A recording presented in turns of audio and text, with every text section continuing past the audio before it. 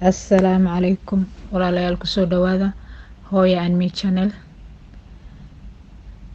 Waxaan idinka codsanaynaa subscribe, like and share.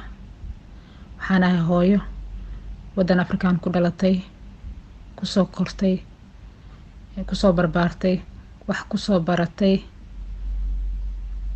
ku guursatay, ku dhashay, kadibna qurbo timid oo nolol cusub ka bilowday, oo haddee ku dhashay haddana ilmo ku korsanayso. Marka waxaan rabaa inaan ka hadlo nolosha say ku kala duwaneed iyo saa wax uga bedeli lahayn, aan yani ilmahanaga u tusi lahayn wanaagii iyo nidaamkii aan kusoo kornay, akhlaaqdii iyo edabtii iyo diintii. Marka waxaan ugu soconayaa qayb insha Allah billahi kariim. Qaybta ugu horeyso horta haddaan ku socdo koritaanka naagi maasha Allah, waxaan kusoo kornay waddan waalid fiicanan haysanay maasha Allah, adeer, abti, hooyo, aabbo, walaal, maasha Allah, oo kulli yani waqti ku wada gelinayaan, wax kuu sheegayaan, wanaaga ku farayaan, macallimiintii si la eg, deriskii. Marka maasha Allah waxay ahayd nolol oo yani daryeel badan leh oo aad u wanaagsan maasha Allah, which hadda ilmaha aan qurbo ku dhalnay aysan haysan. haddaan ku socdo koritaankii maasha Allah, waxaan kusoo kornay nolol aad iyo aad u fiican oo jawi degan ah. maasha Allah, hooyo aabba fiican oo ilmo isla korsanayo, isku qalbi isku niyad ah. aabba shaqaysanayo oo ilmihiis raba inuu mustaqbal u yeelo, hooyo saas oo kale daryeel leh, ilmaheeda xanaanaysanayso maasha Allah tabaarakta. marka nolol aad iyo aad u qurux badan ay ahayd.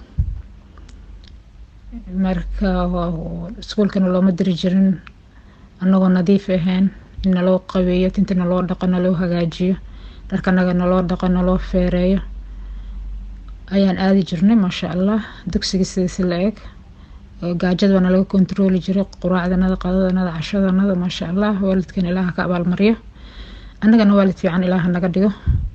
waxbarashadii si la eg si fiican wax naloo soo baray oo nalagula dadaalo, quraan, akhlaaq, edeb, diin, waxbarasho maadi.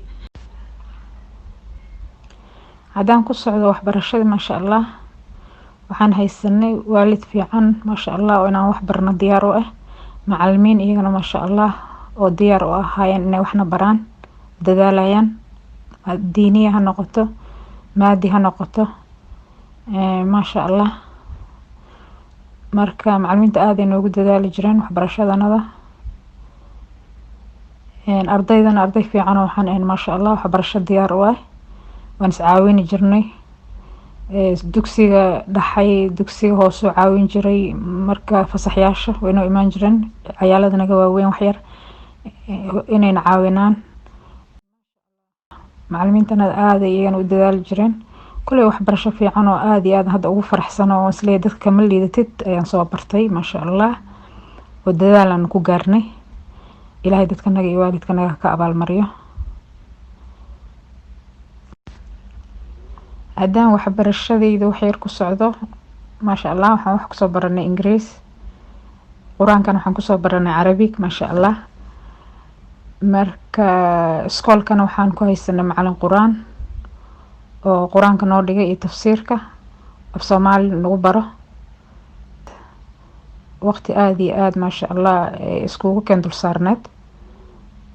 marka Ilaahay dadkaas waqtigana geliyay, waalidkeen, macallimiintanada Allah ka abaalmariyo. haddaan dhinaca tarbiyada ku socdo maasha Allah, waxaan haysanay waalid, ehel, deris, macallin, qaraabo oo isku wada duuban oo wanaagna farayaan, qaladaadka naga celinayaan maasha Allah, oo jidka saxda inay noo sheegaan markasta ku faraxsanayaan. marka kala dambeyn iyo xushmad iyo waxaan kusoo kornay in wanaag la isfaro. waalidiinta iyo dadka ka weyn in la ciso oo wax laga maqlo si karaama ayaan kusoo kornay. Ilaahay dadkii waqti geliyay ka abaal mariyo. Meeshaan ku guursaday cunugayga ugu horeeyna meeshaan ku dhalay hooyadii agteeda. daryeel iyo hadee wanaag haduu wax taraayo waa la soo kulmay maasha Allah. umul ayaa meesha hadee qofkii umul garanaya ku soo maray. quraacdeeda iyo qadadeyda iyo cashadeeda diyaar miiska la saar mushaarideyda maraqayga maasha Allah. cunugiyo intii loo dugduugo habeen iyo subax biyo kulul loogu qabeeyo iyo caanihiisa kulul la soo agdhigo. walaalihii oo caawinaad iyagana diyaar ila ahaayeen. ciidan waan haysanay. culays iyo hooyanimo badan ma dareemin. marka waxay ahayd nolol aad u macaan. kadib waan soo baxay cunugayga sanadii 8 bilood jiro kiina oo bambarna xirnaan xafaayad loo xireen dala wadanin nin weyn quraacda aan isla fariisanayno isla cunayno qadadii cashada isku waqti aan seexanayno isku waqti aan soo kicino aan ku xaragoonaa gacanta haysto iyo ficiisii beebiyaal lagu hayo bambar xiran oo dhalooyin wada wataan oo habeenkii la miraayo meeshii hadee ka sii wadi doonaa insha Allah billaah kariim.